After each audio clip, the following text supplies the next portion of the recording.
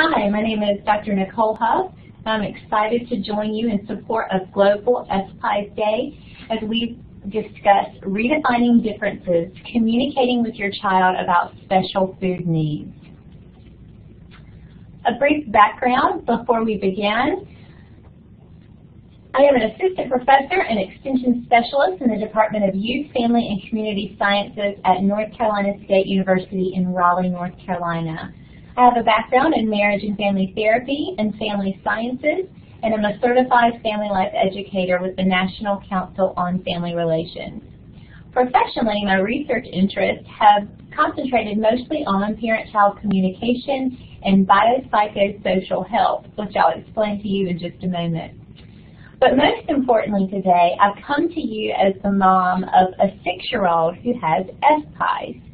And his FPIES journey began at 11 days old when he experienced his first acute life-threatening reaction to milk protein.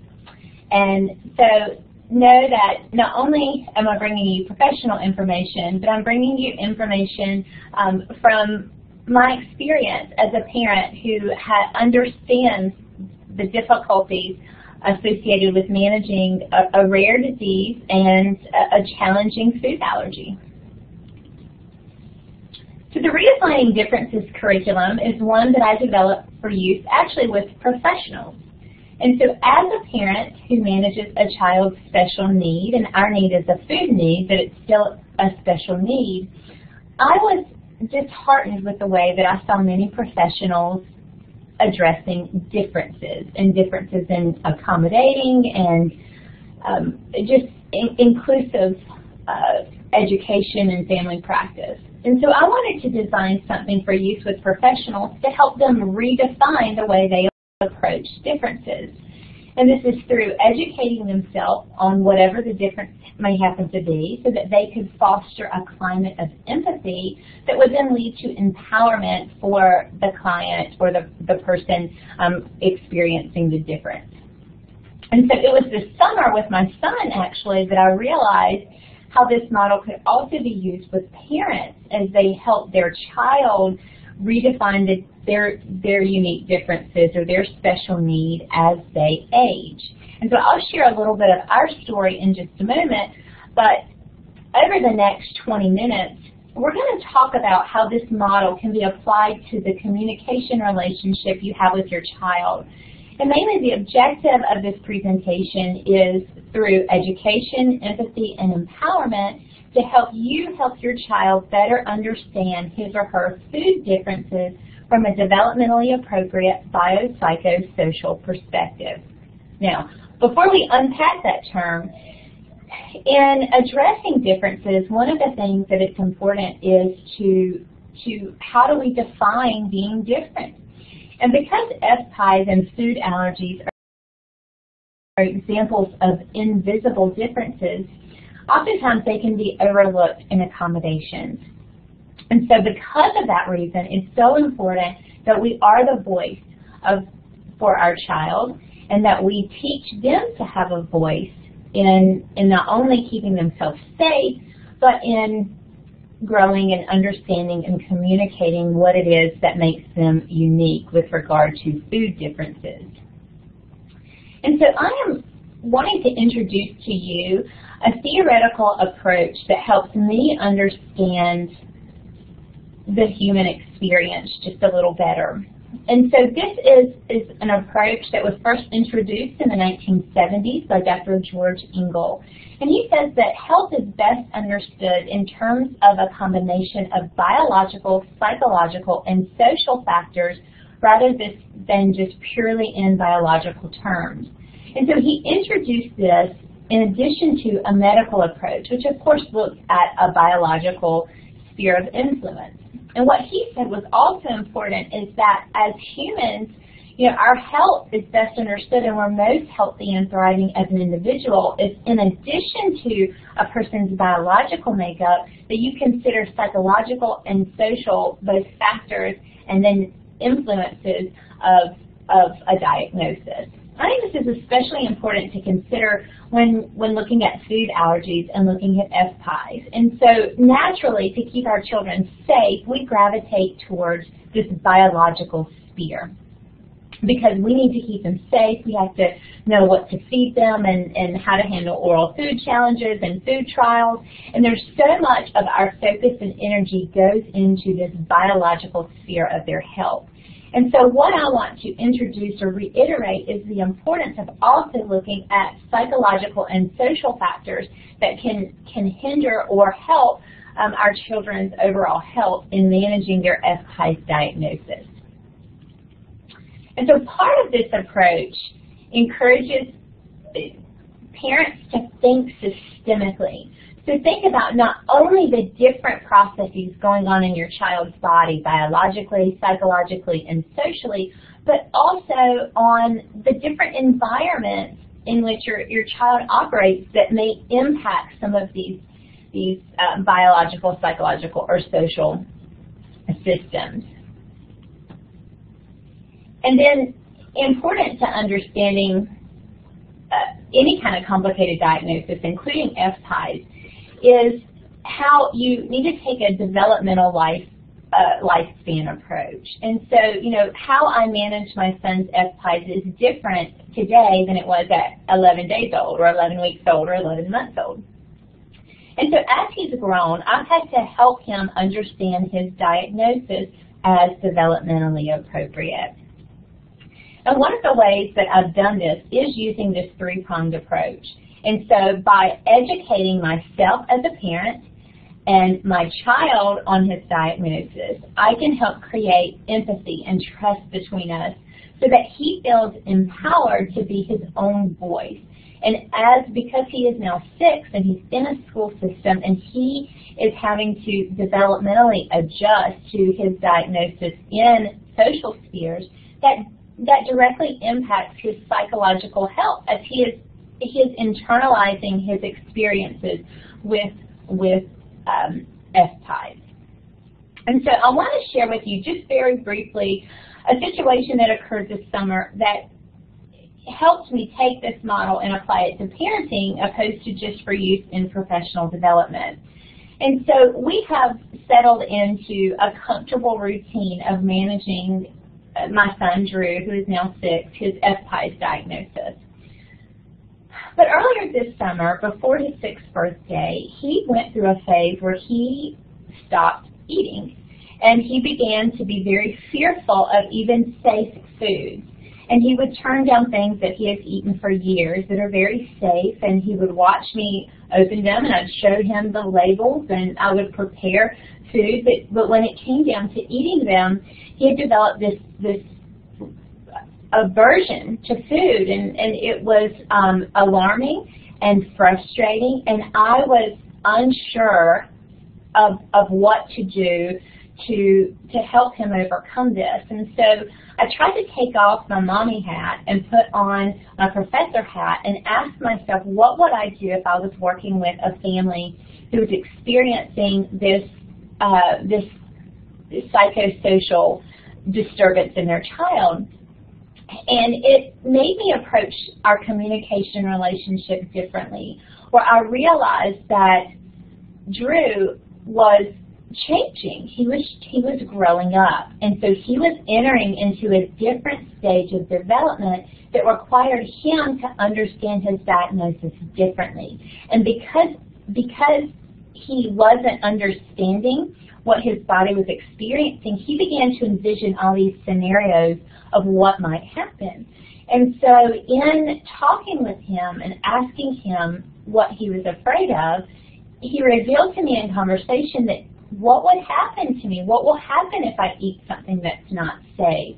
And so that opened up the door of communication, where I realized that he needed to understand differently why his body needed food, that food was fuel. He needed to understand what a reaction could happen, and what he needed a deeper level of understanding. And so I'll continue to discuss how I address that with him through this approach. And the first step was education. So once I realized that it wasn't a physical problem, so it wasn't something that there wasn't anything wrong with him physically in that biological sphere that was keeping him from eating. So in conversations with him, I realized quickly that he was having a psychological adjustment. And this stemmed from the fact that he was going through a different stage of development. And so as a parent, it's very important that I understand my child's stage of development as he or she grows, because I have a daughter as well. And so as our children grow, parents really need to be vested in learning what are changes they are experiencing and when it's time to talk and communicate with them in ways that are suitable for where they're at developmentally. And this includes, again, multiple spheres of influence. So physical changes in development, as well as social, emotional, and cognitive. And because I realized that his fears were becoming irrational, I knew that it was in this cognitive sphere of development. And so, as a professional, I work a lot in biopsychosocial and neural development. And I've done quite a bit of research on how our brain responds during communication, especially parent-child communication. And what brain science and social neuroscience lets us know is that understanding how the brain develops allows us to better connect with our children and then respond more effectively to challenging or difficult situations or behaviors. And what this does is it promotes integration, which empowers children. Okay, so what do I mean by integration? And so there is a fantastic resource, the Whole Brain Child, that I recommend. I use it with my graduate students, and I recommend to families that I work with for understanding how our child's brain develops as he or she grows. And so in the case of my son, I needed to help him through communication better understand his FPIES diagnosis, because he was stuck in this downstairs brain. And Siegel and Bryson described this as a reptilian brain, where this is our survival responses. This is staying alive. And he couldn't move from his downstairs brain, or this reptilian brain, to his upstairs brain, which is where his logical thinking would be, because he was worried on fight or flight, and he was frozen. He didn't understand what was happening to him, and I was trying to introduce logic, but I couldn't do that when he was worried about survival. And so one of the ways I helped him integrate was to help educate him on what it was he was experiencing. And so integration is in not only in helping to integrate the upstairs and the downstairs brain, but also integrating the right brain and the left brain. And so he was reacting very emotionally, and which is a right brain response. And I was trying so hard to explain to him that he needed food for fuel and he didn't have to be worried, and I was introducing logic. But what was happening is his little brain wasn't very integrated at that moment, and it wasn't until I could connect with him emotionally and soften his response and listen to his fears and him to see that I was truly empathetic to his experience, could I then begin to introduce logic. And again, for a resource to help really break this down in terms that is easy to understand and apply in parenting, I highly recommend the resource, The Whole Brain Child. It's under $10, available at any bookseller or on Amazon in a variety of formats. So part of this education is educating myself on his development, on his brain development, on ways to approach him and best communicate him, educating myself on FPIES and what his diagnosis means and what accommodations work best for him. And then, as a parent, I have to take what I know, and then knowing my child and knowing his temperament, I have to be able to translate this knowledge to something he can understand. So in Drew's case this summer, I realized that he just didn't understand what would happen to him if he had an accidental exposure to food. And then in that, he didn't really understand why he needed food and why his body needed food. And so me telling him that food was fuel or food made him strong or gave him energy, I needed to go beyond that. And so this is my approach, and this may not be the right approach for you. Know your child. So I love to learn, and Drew, the apple, did not fall far from that tree. And so this was my little boy. I knew he would respond to learning about it. So I looked for resources that I thought were appropriate to help teach him how our bodies digest food. And so I used this episode of The Magic School Bus, which, the Magic School Bus takes a trip through the digestive system. And he was immediately drawn into the cartoon, and he helped understand why his body needs food. I also found children's books that helped him understand these processes in ways that were developmentally appropriate for him at 5 to 6 years old, and that would keep him entertained and explain things to him in a way that he would understand and engage with that process. And then we also had additional conversations about what would happen if he had an accidental exposure. And we discussed ways that Mommy and Daddy keep him safe, and that we make sure his foods are safe. And so we began to have these conversations, and they were slow conversations.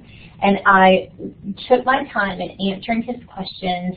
And when we went for his well visit over the summer, as he had his 6th birthday, I let him ask the doctor questions that he had about digestion and about his diagnosis so that he could make sense of it for himself. Because where the fear comes in is when we don't exactly know where expectations and reality meet. And so he had inflated these fears and these expectations of what could happen, these possibilities, when in reality, while it could be very severe, he needed to understand the precautions we were taking, and he needed to understand what a reaction looked like, that he would likely throw up and need fluids, and we would have him to a hospital. And although it seemed scary, my transparency in talking with him actually helped reduce his fears. And in one case, when I told him that he would get really sick, and it would be kind of like when he had the flu and he threw up a whole bunch, and his reaction was, "Oh, really, that's it?" And so even that sounded less scary than the situations he had envisioned in his mind. And so it was important that I met him where he was at developmentally, and I engaged with him in a way that matched his temperament and his interests so that he could understand his diagnosis a little better. And what this did is this fostered empathy between us. And empathy is the ability to see the world as another person, to share and understand another person's feelings, needs, concerns, and or emotional state. And empathy is key to neural integration. And so if I want to help my son move from that reptilian brain into that higher level thinking, or if I want him to move from the emotional right brain into the logical left brain and have a more fluid, integrated neural process, then I have to connect with him emotionally, and that I have to engage with him, and he needs to know and trust in that relationship. And so by us working together to work on the education piece, we were able to create this climate of empathy, and he was able to see that that I understood him and I heard his fears, and that I was going to help him make sense of those. And empathetic people share 3 very important qualities: strong communication skills, an inquisitive and curious spirit, and a good imagination.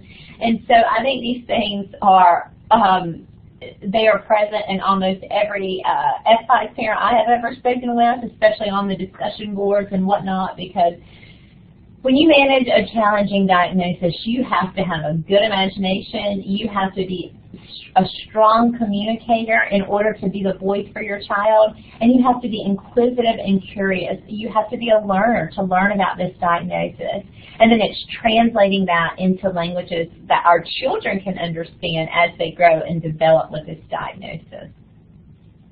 And really by working to be purposefully empathic, you'll better understand the needs of your child as well as others.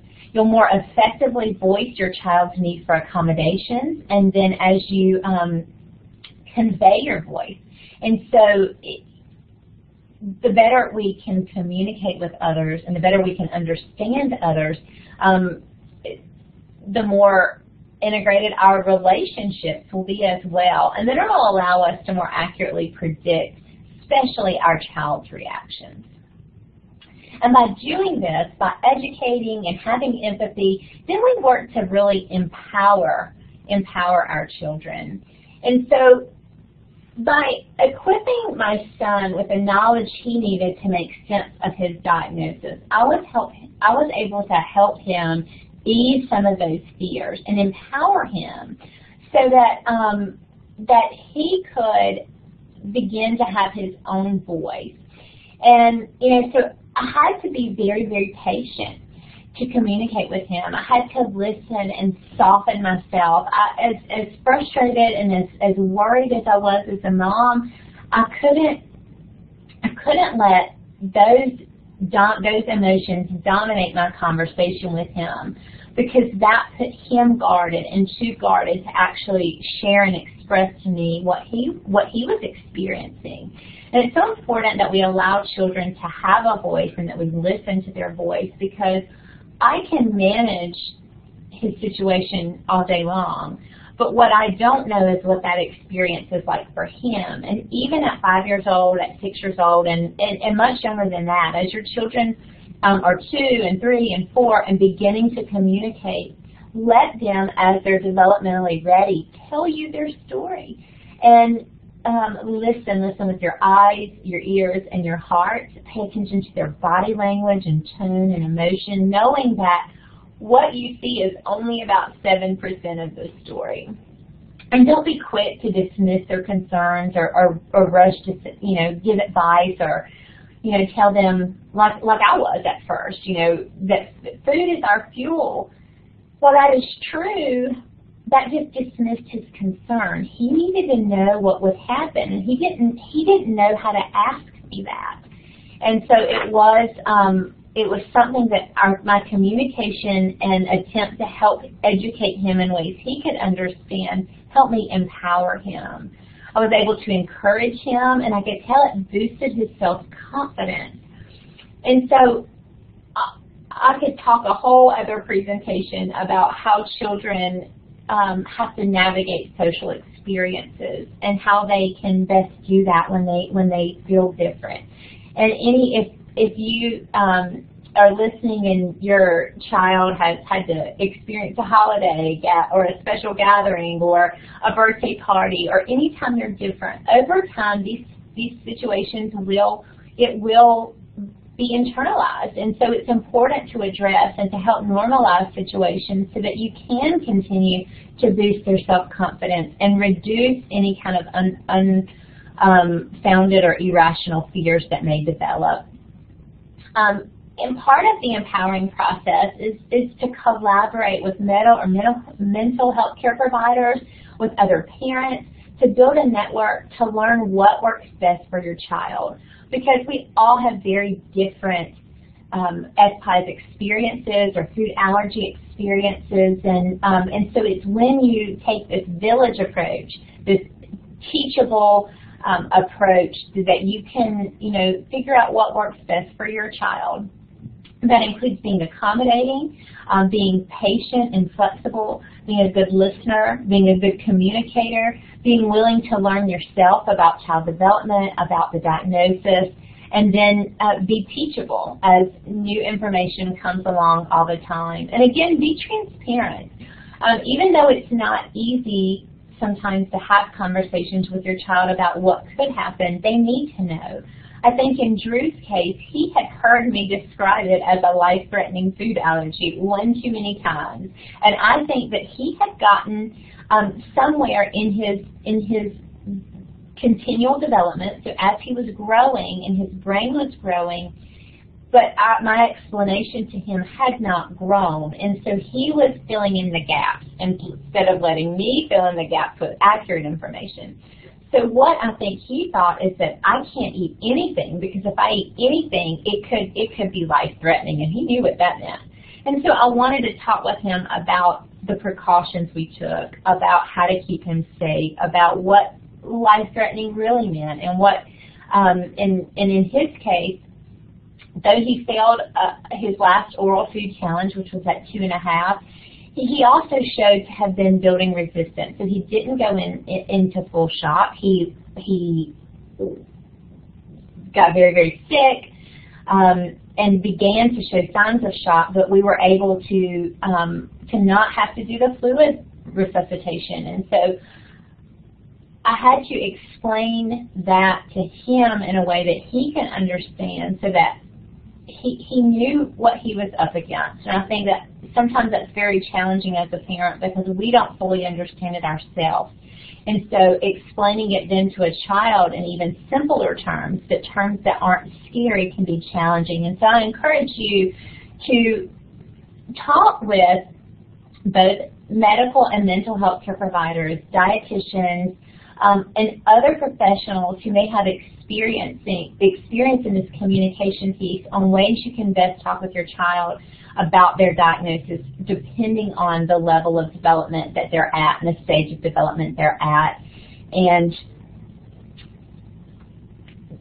because communication is a huge piece. And so just in summary, as we're wrapping up the presentation, I hope that you can see that health and keeping your child healthy goes more than beyond just keeping them medically healthy. But it's important that we understand how social and psychological influences contribute to their overall health and well-being.